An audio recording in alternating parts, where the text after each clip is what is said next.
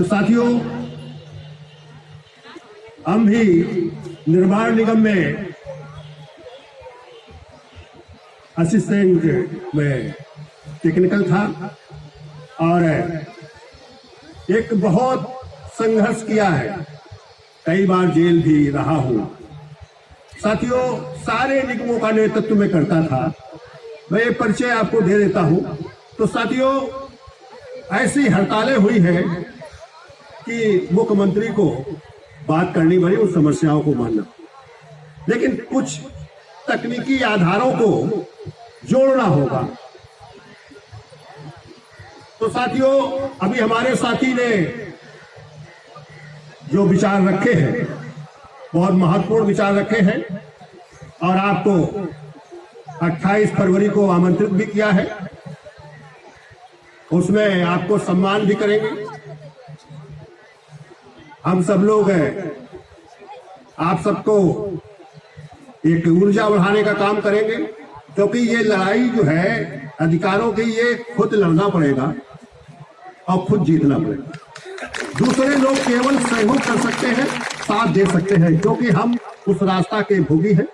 और उसे चाहे कल्याण सिंह की सरकार रही हो, चाहे मायावती की सरकार रही हो, चाहे अखिलेश की रही हो, मैं सब में जेल का साथी भी बना हूं और समस्याओं को भी हल करा के आया हूं। वो लोग सम्मान के साथ मुझे छोड़ा, लेकिन हम लोग तकनीकी आधारों को, क्योंकि सारे निगमों का मैं ट्रेड यूनियन में था, उसको चलाता था। तो साथियों, उस तकनीकी को आधार बनाना होगा। जैसे भाई ने अभी जो कहा है 28 फरवरी को सम्मान देने का, तो उसमें आपको करना क्या होगा?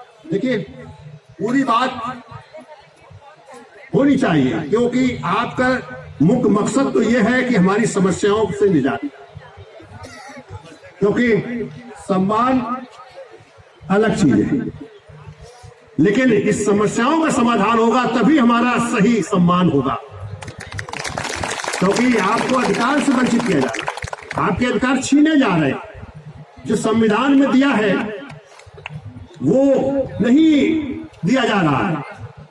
और दूसरा, जो हमारे ऊपर जो शासन कर रहा है, आज वो लोकतंत्र की जगह फिर से राजा बनने की कोशिश कर रहा है। इसलिए समस्याएं का हल नहीं है, इसलिए बातचीत नहीं हो रही है कि ये राजतंत्र चलाना चाहते हैं।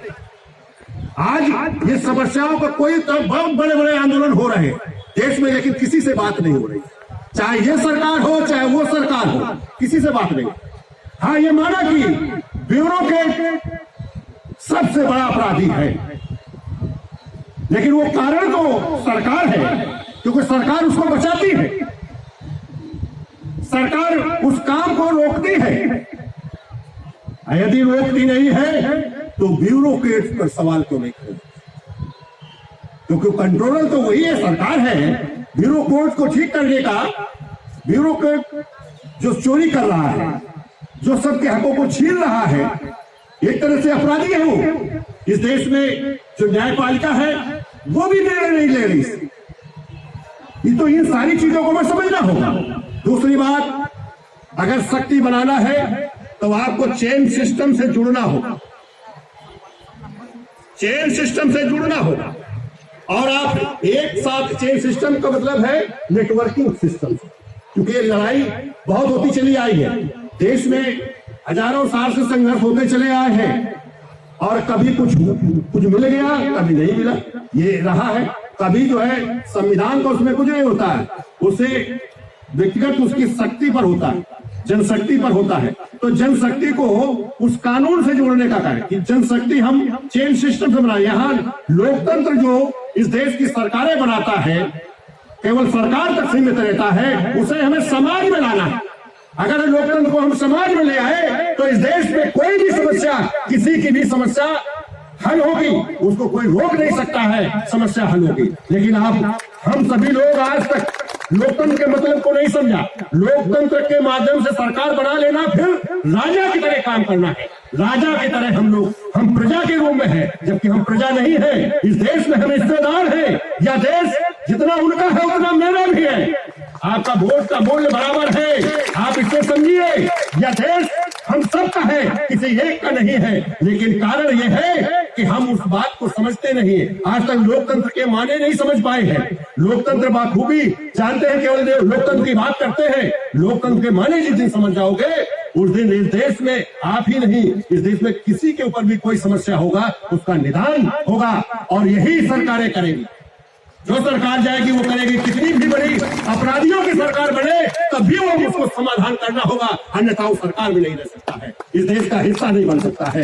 इस देश को या तो छोड़ने के लिए मजबूर होगा या फिर नस्ते नाबूद हो जाएगा। ये तय है। आज जो सरकारें चल रही है ये अपराध से चल रही है, ये अपराधियों को संरक्षण दे रहे हैं वो हर स्तर पर। तो आपको समझना होगा कि हम उस लोकतंत्र को समाज में लाना है, ये जिसे हम भागीदारी कहते हैं। भागीदारी, यह देश हम सबका है तो सबकी भागीदारी होनी चाहिए।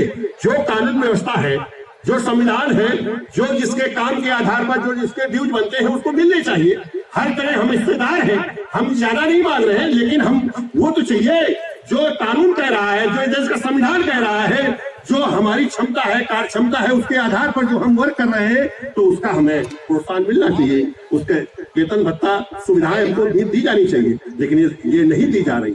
इसका लिए कहीं हैक हो रहा है, कहीं चोरी कर रहा है। तो राजशाही में ये हुआ करता था कि जो राजा कहता है वही होगा, और जो उसके ब्यूरोक्रेट होता था वो उसका सामंजस्य बनाता था। तो मनचाही तरीके से किसी को सजा देना, किसी के तमाम तरह के उत्पीड़न होते थे, मनचाही तरीके से होते थे। वो अपनी तलवार, अपनी जबान के बल से काम। तो आज लोकतंत्र की तो बात है, लोकतंत्र से चुने तो जाते हैं, लेकिन इसके बाद लोकतंत्र को भी हैक करते हैं और लोकतंत्र के साथ जाते हैं। फिर इसके बाद वो राजा की तरह काम करते हैं, हम प्रजा हो जाते हैं। तो इसलिए अधिकारों का हनन हो रहा है। तो साथियों, मेरा एक ही बात है कि आप सबसे पहले चेन सिस्टम से जुड़िए, नेटवर्किंग सिस्टम से, और जिस दिन आप जुड़ जाएंगे तो इस देश में हर एक खड़ा होगा, तो इस देश के जो लोकतंत्र है वो भी ठीक हो जाएगा। क्योंकि आज हम उसको खुला छोड़ देते हैं, हम वोट देते हैं, हम उसे जिता के भेजते हैं, फिर हम उसके हाथ जोड़ते रहते हैं। हम अपनी समस्याओं को बातचीत नहीं करते, क्योंकि हम इस देश के हिस्सेदार हैं। लेकिन हमारी तो बातचीत से हल होना चाहिए समस्या का, क्योंकि भाई जो बातचीत हो उसके आधार पर होना चाहिए, क्योंकि हम हिस्सेदार हैं। जिस तरह वो हक रखता है उसी तरह मेरा हक है। लेकिन आज हम प्रजा के रूप में, तो ये सवाल जो खड़े हो गए हैं, और इस देश के खास तौर से जो सत्ता में या विपक्ष में, उनके सबके वही है कि पहले कभी वो सत्ता में थे तो वो भी यही काम करते थे, जो कि मिलाड़ जुड़ाड़ चलते थे ना, मनमानी ढंग से वो भी करते थे। वो भी ब्यूरोक्रेट को महत्व देते थे। ब्यूरोक्रेट को तो भाई ठीक करने का तो राइट, हमारे तो नेता आपको बनाया है, तो वो गलती कर रहा है तो आपको देखना है ना। तो ये सारी चीजें हैं कि जिस दिन हम अपनी ताकत को समझ जाएंगे तो हम अपनी ताकत बना देंगे, तो फिर वो नेता भी हमारे वोट से जाएगा, फिर वो पैसे से नहीं जाएगा, फिर वो अपनी बाहुबली ताकत से नहीं जाएगा, फिर हम डर से उसको नहीं देंगे, फिर अपने उस नेता के माध्यम से उसको जो हमारा नेतृत्व देगा सही, उसको हम वोट दे के देंगे।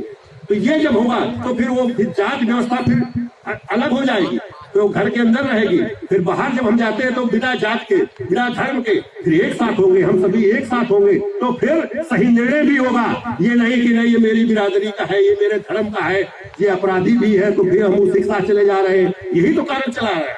और हम आस्था से जुड़े रहते हैं तो वो कितना भी गलत कर रहा है, लेकिन आस्था के सहित उसको हम जिता के भेज रहे हैं। तो ये सारी चीजें ये खत्म होंगी जब चेन सिस्टम से जब जुड़ोगे।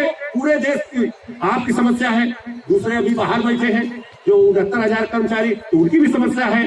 तो समस्या वाले जितने हैं सबको एक साथ खड़ा होना पड़ेगा। इस समस्याओं का अगर हल करना है तो जनशक्ति को मजबूत करनी है कि यह देश की केवल समस्याओं के निस्तारण के लिए। ऐसा नहीं कि भाई कुछ लोग जोड़ लिया कुछ ग्रुप को, इसके बाद नेता का तो हल हो सकता है, उसका तो कहीं ना कहीं फायदा हो सकता है, लेकिन आम लोग जो है तो वो फिर उसी के शिकार हो जाएंगे, वो फिर प्रजा के हिसाब से आ जाएंगे। फिर उसका एक ब्यूरोक्रेट के रूप में तो ये भी हो गया, नेता भी ब्यूरोक्रेट हो गया कि वो उसका रास्ता देगा तो वो जाके वहाँ साठगांठ होगा, वो भी कहेगा इसे कर लो, ये इतना कर देता हूँ, इतना कर दे, वो कानून व्यवस्था से खत्म। तो इसीलिए ब्यूरोक्रेट इसी तरह से बनते हैं, और ब्यूरोक्रेट को हमें भी सुधारना होगा। और ये ताकत केवल आप में है, हम सब में है और किसी में नहीं है। हम सबको एक साथ खड़े होकर और उन समस्याओं का हल के लिए करेंगे। समस्या किसी की हो, समस्या का निदान होना चाहिए, ये हमारा लक्ष्य होगा।